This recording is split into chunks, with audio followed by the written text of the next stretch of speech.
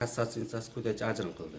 Hajjayev Akmaljon Ikromovich va Rasulov Jasurbek Komiljonovga nisbatan chiqarilgan jinoyat ishlari bo'yicha Quvvat tuman sudining 25-28 noyabrdagi hukmi o'zgarishsiz qoldirilsin. Sudlanganlarning himoyachilari brigadida hamda jabrlanuvchi Qosimovaning vakili advokat Hamidov bilan brigadada keltirilgan kassatsiya shikoyatlar qanoatlantirilmasdan qoldirilsin.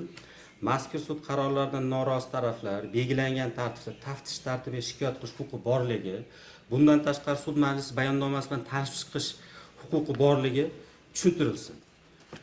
O'tirib oling. Sudlov hay'ati mazkur sud qaroriga kelishga quyidagilarcha asos qiladi. Ya'ni birinchi instansiya sud tomonidan mana jabrlanuvchi Qosimovaning shikoyatida keltirilgan, ya'ni sudlanganlarning harakatlariga 141 modda 2-qismi AB bandlari bilan yana qayta ayb e'lon qilish haqida shikoyat vaj keltirilgan. Bu holatlar bo'yicha birinchi instansiya sud tomonidan to'liq tekshirilib, uning sudlangan Hajjayev hamda Rasulovning harakatlarida aynan mazkur jinoyat yo'qligi sababli adolatli ravishda 80 Jinoyat protsessual kodeksining 83-moddasiga asosan oqlab to'g'ri to'xtab kelgan degan xulosaga keldi. Bundan tashqari mana shikoyatlarda boshqa joylarda shunaqa holatlar bo'lyapti. Aynan jabrlanuvchilar Qosimov va Abdurahmonovlarni yechintirib ularni urganlik bo'yicha holati bo'yicha sudlanganlarga nisbatan bu holat bo'yicha ayblov e'lon qilinmagan.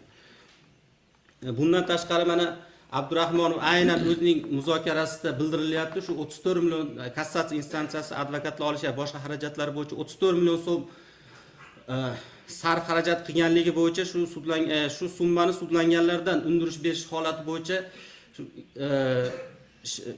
muzokarasida bildirdi. Bu holatlar bo'yicha birinchi instansiya sud tomonidan aynan kelgusida jabrlanuvchilarni moddiy va ma'naviy zararlar bo'yicha kelgusida undirish bo'yicha fuqarolik tartibida sudga murojaat qilish huquqi borligi tushuntirilgan.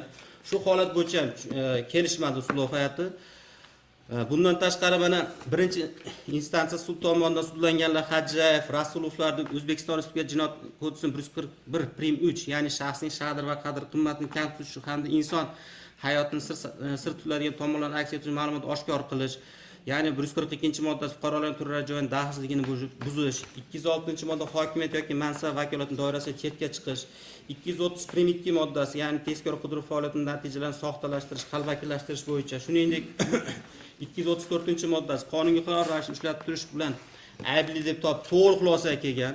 Shu xulosaga keldi kassatsiya instansiyasi. Birinchi instansiya sud tomonidan to'liq sudlanganlarning hamda jabrlanganlarning vajlari to'liq tekshirilib, adolatli xulosaga kelgandagi xulosaga keldi. Mana bundan tashqari mana ma'ruzachi tomonidan ham boshqa holatlariga tushuntirishlar beriladi.